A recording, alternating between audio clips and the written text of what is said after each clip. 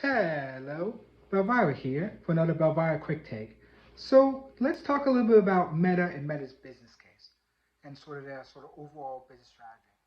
Um, the reason why I'm bringing this up is because of a Twitter thread that I saw earlier in the day where one person was confused about what is the sort of business case behind Meta and their sort of shift towards a sort of VR platform referred to as the metaverse. And I believe this is really sort of based on a few, one very faulty assumptions about how to project a business and where things are going and where they think things are going and how quickly they think they can get there.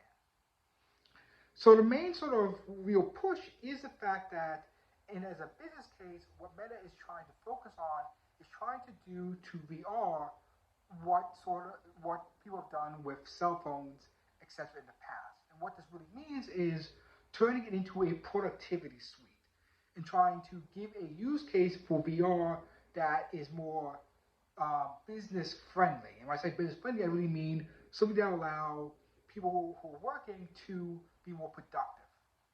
And this is sort of what really happened in the past with things like the pager, um, smartphone, cell phone, is that there were these sort of really strong business cases for these things. The ability to connect to someone immediately from a distance is an incredibly strong business case. And this is sort of where Meta really thinks it can sort of push VR. And it really wants to try and push VR into a platform that allows for meetings and allow people to work online remotely while allowing companies on the other end to track what the workers are doing more easily. And Meta sort of thought and assumed that this particular business case would be so compelling that it would force the widespread adoption of VR. And in reality, that hasn't happened. And the main reason why it's happened is because of really one thing is cost, and two is the fact that VR doesn't really have, it's still incredibly niche, and the technology doesn't really work for everyone.